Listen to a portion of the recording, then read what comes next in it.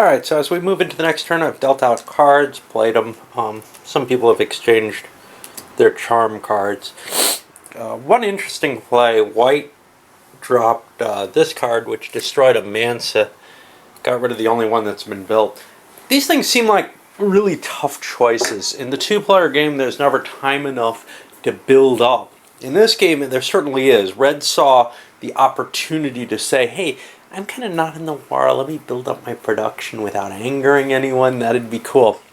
Well, they've ended up in a position where they angered everyone by being powerful. Not just because of that, but because of being left alone.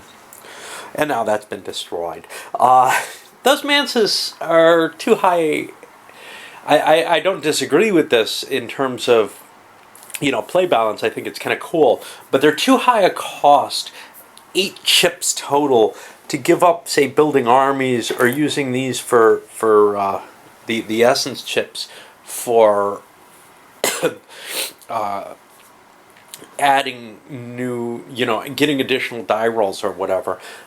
When you're involved in a fight, you can't really afford it. And everybody's involved in a fight right now. And I suspect most games will be that way, that there'll be very, very rare choices to build one of those. This game, we've seen that kind of option. But I think in most games, you would not. Maybe in a 3-player game, one player would kind of divert the other 2 players into an attack and slowly try to build up. But it's a tough call.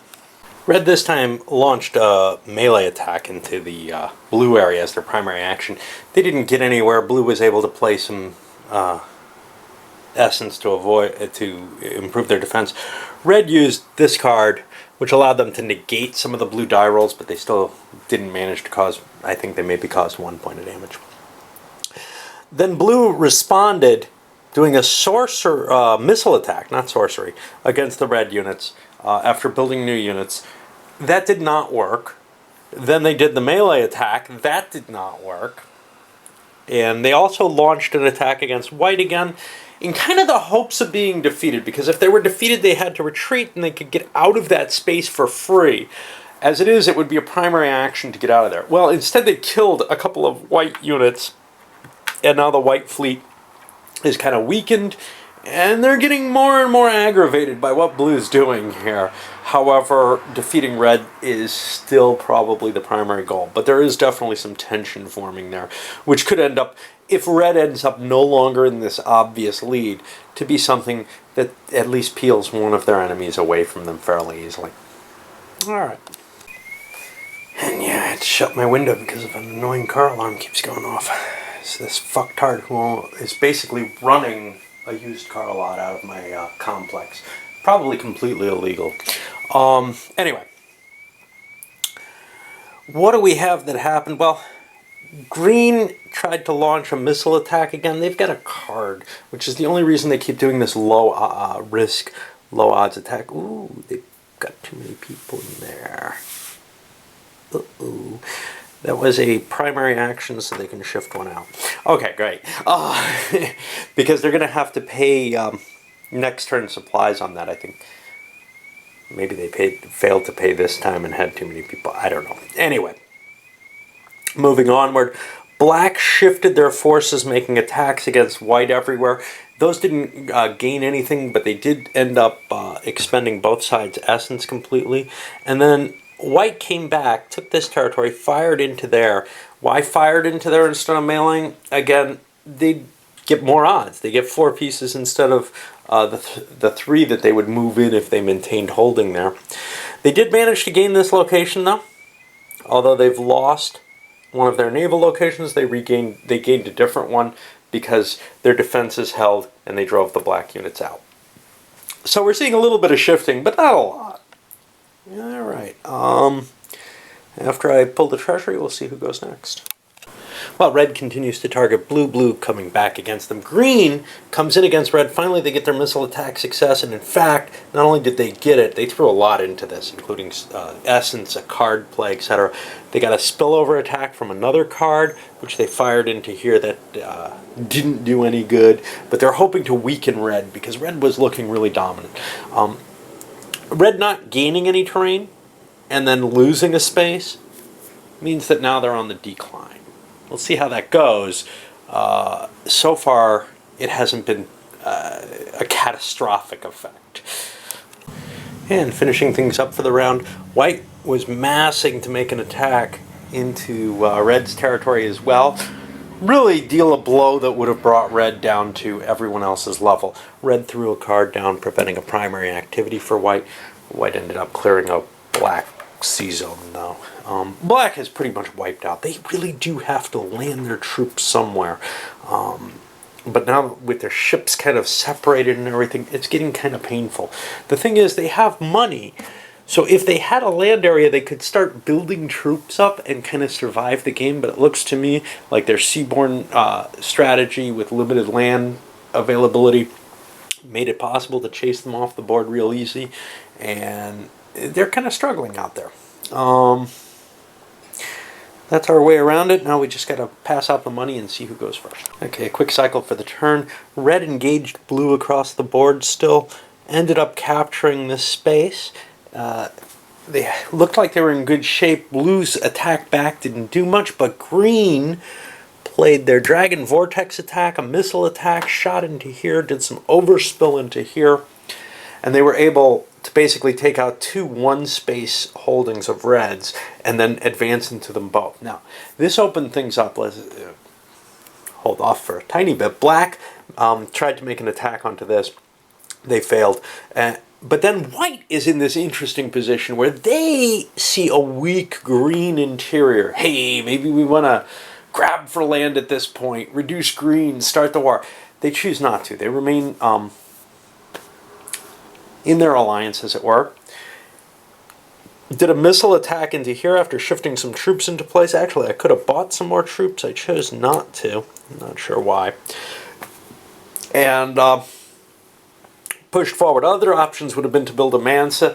Those things are weak, though. I don't like the way they work because you invest a lot in them, and sure, you make them points back within a couple of turns, but a couple of turns is a long time.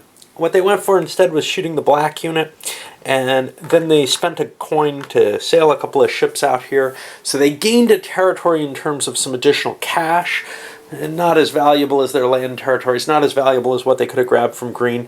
But they are going to position themselves, if they keep spreading out, in a location where, as red fails, white will be close to victory. Now, that's not a good situation to be in. I don't think you want to be in that.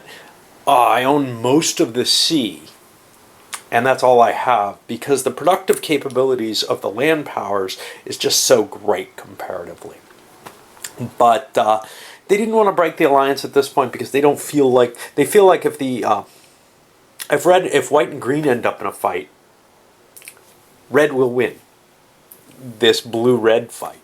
But if blue and green are at war with red, red will probably lose, and white will be in this position to grab some of the green stuff and maybe be at a 50-50 chance at taking the game at that point. Blue is in really harsh trouble, though. But yeah, I mean, the question here came down to who do you want to ally with? Because white could have allied with red at this point, swung over, grabbed some green territories, and probably have close to a 50-50 chance of winning this. But they feel like their odds are better if they support the alliance they have. They certainly will piss off green to no end if they backstab them like that, right? You might see a green-red alliance where red agrees to wipe out blue, and green, well, takes what they can. When we look at sort of the economics or treasury phase at the end of this, we're beginning to see some powers really, really falling into inconsequence. Blue, for example, no production whatsoever, so all they've got is what they've got left. Basically, red's got them largely outnumbered, just sitting where they are, and can continue to fight against green.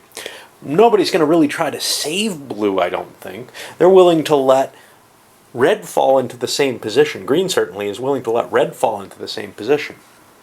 Next question, well, green is doing quite well. You can see they're like 3/5 of the way towards the straight essence victory. Having a pile of that much essence means you get lots of extra dice if you want to spend it. So they have a good chance of winning fights if they throw themselves into it. And red doesn't have the production anymore. You can see they're cut down. Their essence is low. They can still build some armies. I don't think they're going first anymore either. 1, 2, 3, 4, 5 versus 1, 2, 3, 4. 1, 2, 3, 4, 5. So actually we've got a tie between white and green. I think it's resolved in favor of whoever has the most pieces on the board. 2, 3, 4, 5, 6, 7, 8, 9, 10, 11. 3, 6, 7, 8, 9. So I think green will be going first now. They've jumped into this leading position, which makes white kind of, gee, maybe I should have hit them. If green gets enough time to entrench and still take out red. And that's a big if. Remember, these multiplayer but kind of balance of power games, it's tough to do that kind of thing. Black is almost inconsequential too. They're down to one piece. You'd think they're weaker than blue.